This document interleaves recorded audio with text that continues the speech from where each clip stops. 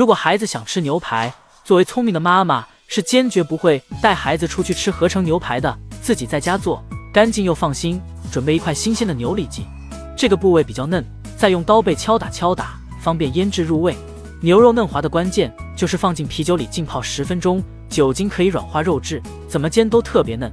泡好后加洋葱丝，1个鸡蛋，1包很多西餐厅都在用的黑椒牛排腌料，吃了好多家，还是他家的好吃。